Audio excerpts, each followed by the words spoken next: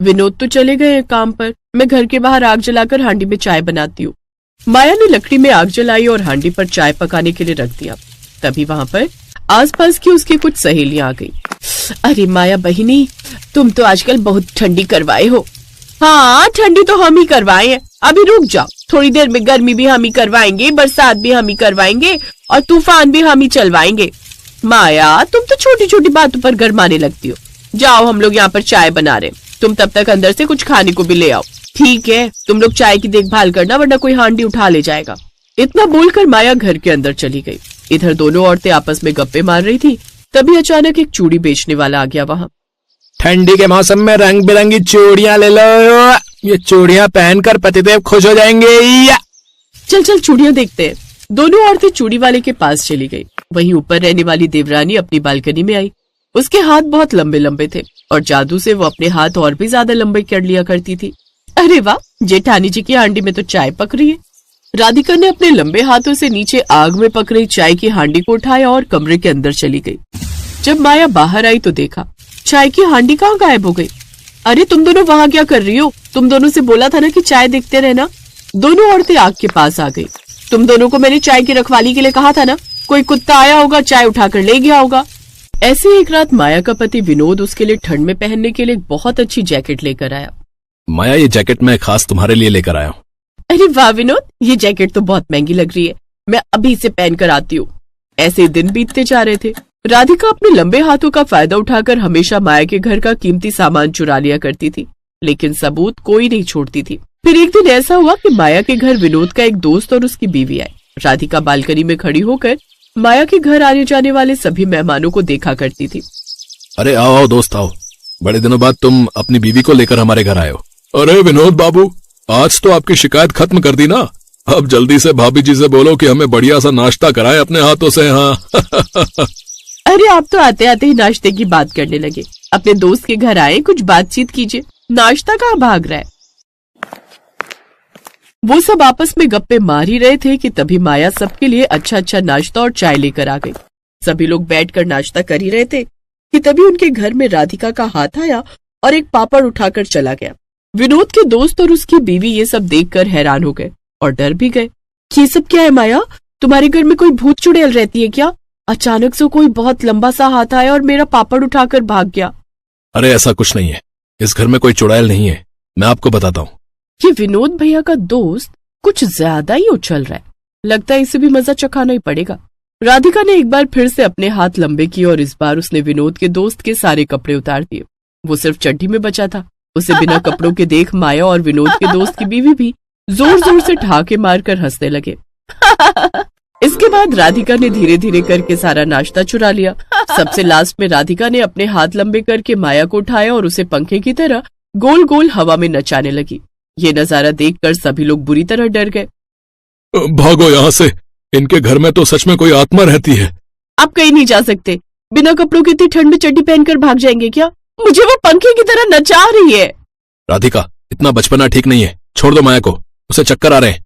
ये विनोद जी राधिका राधिका कहकर किससे बातें कर रहे हैं? लगता है इनकी उस चुड़ैल से अच्छी जान पहचान है और डेली बातचीत होती है इनकी। अब तो लगता है मुझे इस घर से भागना ही होगा। इतने में राधिका ने माया को छोड़कर उस औरत को पकड़ लिया। अब सभी लोग घबराकर एक जगह बैठ गए। थोड़ी देर बाद वो हाथ धीरे धीरे नागिन की तरह रेंगते हुए ऊपर चला गया। ये सब देख राधिका ऊपर वाले मकान में बहुत मजे ले रही थी। यार विनोद, ये सब क्या है? तूने यही सब दिखाने के लिए हमें अपने घर पर इनवाइट किया था क्या? पहले तो आप सब लोग धीरे धीरे बात कीजिए, मैं सब कुछ आपको बताती हूँ। अगर तेज बोलेंगे तो वो लंबे हाथ वाली सब कुछ सुन लेगी। अरे आखिर है कौन वो लंबे हाथ वाली? कहीं की प्रधानमंत्री है क्या? दरअसल ऊपर वाले घर में मेरी देवरानी रहती है जिसके हाथ बहुत लंबे हैं। वो जादू से अपने हाथ और भी ज्यादा लंबे कर सकती है। इसी का फायदा उठाकर वो हमारे घर से कभी खाने पीने का सामान चुरा लेती है तो कभी किसी के कपड़े उतार देती है। मैं सीधी सादी पड़ जाती हूँ, मैं उसे बच्ची समझकर माफ कर देती हूँ, लेकिन अब लगता है उसकी हरकतें कुछ ज्यादा ही बढ़ती जा रही हैं। अच्छा तो ये बात है। मेरे पास एक प्लान है, तुम सब ध्यान से सुनो। अपने अपने कान इधर लाओ। माया, तुम ये बताओ कि राधिका को खाने में सबसे ज्यादा क्या पसंद है? उसे पिज्जा पसंद है। पिज्जा के लिए वो कुछ भी कर सकती है। ठीक है, तो अब हम लोग यहाँ ऐसा नाटक करेंगे जैसे हम लोग बहुत बड़ी पिज्जा पार्टी कर रहे हैं।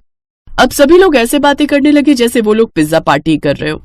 यार चीज पिज्जा की बात ही अलग है यार, इसीलिए तो मैं ढेर सारा पिज्जा तुम सबके लिए लेकर आया हूँ। लगता है ये लोग पिज्जा पार्टी कर रहे हैं। पिज्जा का नाम सुनते ही मेरे मुंह में पानी आने लगता है। राधिका ने अपने हाथ धीरे धीरे लंबे किए और माया के घर के अंदर घुसेड़ने लगी। तभी अचानक विनोद के दोस्त और उसकी बीवी ने राधिका का हाथ पकड़कर पंखे में बांध दिया। मेरा हाथ छोड़ो, आज के बाद तुम्हें एक सबक मिल जाएगा देवरानी जी। अरे भैया भाभी, मैंने तो आप लोगों के साथ मजाक किया था। मैंने कौन सा आपके पैसे या गहने चुराए हैं? मैंने तो वो खाने पीने का सामान या आपके कपड़े ही चुराए हैं। आप तो मेरी बड़ी बहन जैसी हो, इतना हक तो बनता ही है।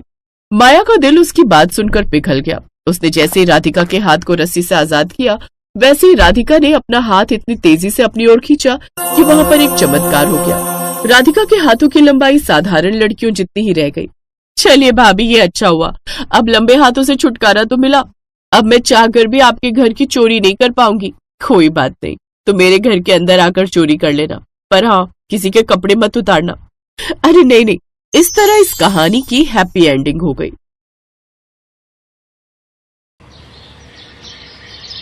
बचपन से ही रमेश और सुरेश दोनों भाइयों के बीच हर चीज को लेकर कंपटीशन है। दोनों भाइयों की बनती नहीं है। ऐसे ही वो दोनों बड़े होते हैं और सुरेश को एक लड़की से प्यार हो जाता है। उस लड़की का नाम मिताली है। रमेश को मिताली से इतना प्यार हो जाता है कि वो घर में बिना कुछ बताए मिताली से शादी कर लेता है और मिताली को लेकर घर आता है। अपने बड़े बेटे को एक लड़की के साथ शादी के जोड़े में देखकर बिमला चौंक जाती है। ये क्या किया तूने बेटा? क्यों माँ, शादी करके तुम्हारे लिए बहू लाया हूं मैं घर में। वो तो दिख रहा है, लेकिन इससे अच्छी लड़की तुझे नहीं मिली क्या? बिमला के ये बोलने के पीछे एक कारण है। मिताली दिखने में तो सुंदर है, लेकिन उसमें एक कमी है। उसके दोनों पैर उसके शरीर से बहुत छोटे हैं, इसीलिए पहली नजर में वो बौनी लगती है। ये तो बौनी बहू है बेटा। ये सुनकर मिताली कहती है, नहीं माँ जी, मैं बौनी नहीं हूं, मेरे पैर बस शरीर के मुकाबले थोड़े छोटे हैं। तभी वहां सुरेश आ गया और रमेश का मजाक उड़ाने लगा। थोड़े छोटे नहीं है भाभी, बहुत छोटे हैं। सुरेश, मिताली मेरी पत्नी है, उसे लेकर मजाक मत कर। क्यों ना करो भैया, आपने तो फैमिली की नाक ही कटवा दी। अब देखना मैं किस लड़की से शादी करता हूँ। बिमला ने कुछ नहीं कहा, वो बोल भी क्या सकती थी। मिताली घर के अंदर आई और आते ही घर के कामों में बिमला का हाथ बटाने लगी। माँ जी, मुझे बताइए ना, मैं सब कुछ करती हूँ, आप आराम कीजिए। नहीं बहू, तुम अभी अभी आई हो, तो क्या हुआ, मैं आज खाना बनाती हूँ। सुरेश ने मजाक उड़ाना बंद नहीं किया और रमेश के साथ उसका झगड़ा हो गया। उसी रात से सुरेश सोचने लगा, अब मुझे भी शादी कर लेनी चाहिए। मुझे ऐसी बीवी चाहिए जो भाभी को टक्कर दे सके। सुरेश अगले दिन काम पर चला गया और उसी दिन उसकी फैक्ट्री में एक नई लड़की आई। उस लड़की के पैर बहुत लंबे थे और इसीलिए उसे ये नौकरी मिली थी। उसका नाम मानसी था। मानसी सभी आदमियों से ज्यादा लंबी थी। उसे देखते ही सुरेश ने सोचा, अरे यार, मुझे इसी लड़की से शादी करनी है। इसके पैर कितने लंबे हैं। भाभी तो इसके सामने चींटी के बराबर है। सुरेश ने दूसरे ही दिन मानसी से अपने दिल की बात कह दी। मानसी भी राजी हो गई। लंबे पैरों की वजह से उसकी शादी नहीं हो रही थी, इसीलिए उसे पेट चलाने के लिए ये नौकरी करनी पड़ रही थी।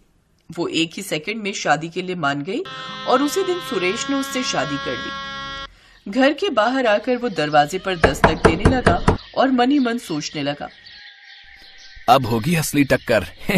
मेरी बीवी के साथ भाभी। छोटे पैरों वाली भाभी को तो ये एक ही सेकंड में दबोच लेगी।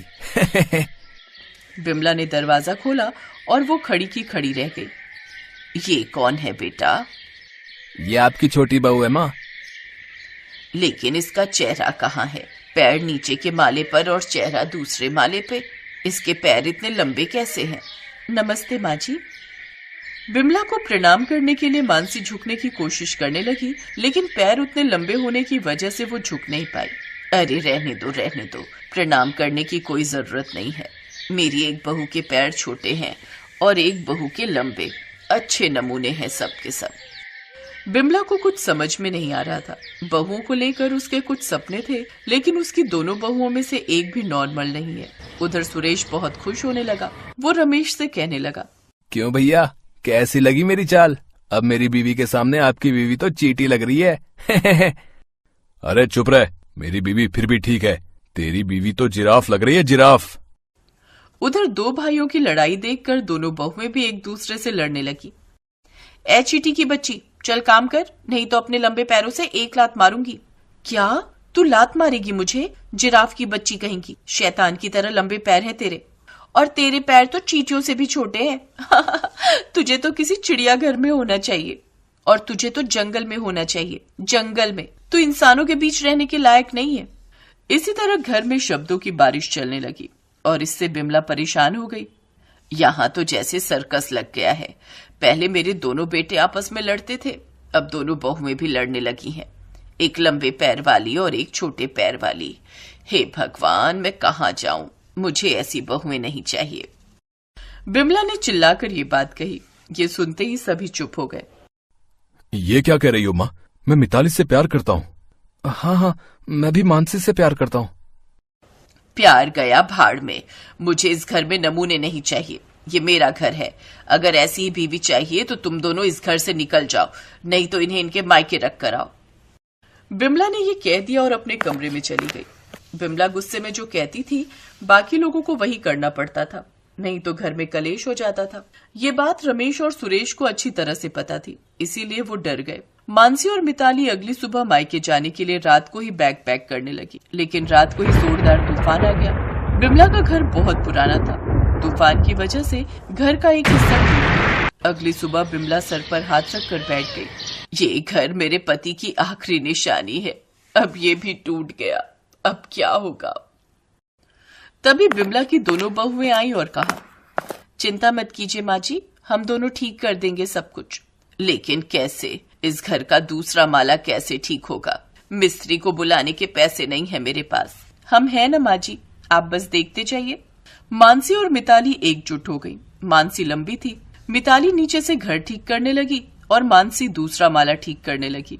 इसी तरह कुछ ही घंटों में घर ठीक हो गया। बिमला की जान में जान आई। उसने कहा, इसी तरह तुम सभी मिलजुल कर रहोगे तो कितना अच्छा होगा। दोनों के पास अपनी अपनी खूबी है, उसे लेकर लड़ाई मत करो। उसी खूबियों को लेकर एक दूसरे की मदद करो, देखना काम कितना आसान हो जाएगा। तो आप हमें मायके नहीं भेजोगे ना माँ जी? नहीं बहू। सच? हाँ सच। तुम दोनों जैसी भी हो मेरी बहू हो, और अगली बार तूफान आएगा तो घर कौन ठीक करेगा? हाँ। इसी तरह दोनों बहुओं में दोस्ती हो गई।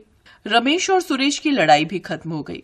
मानसी मिताली की मदद करने लगी और मिताली मानसी की। इसी तरह वो सब खुशी खुशी रहने लगे।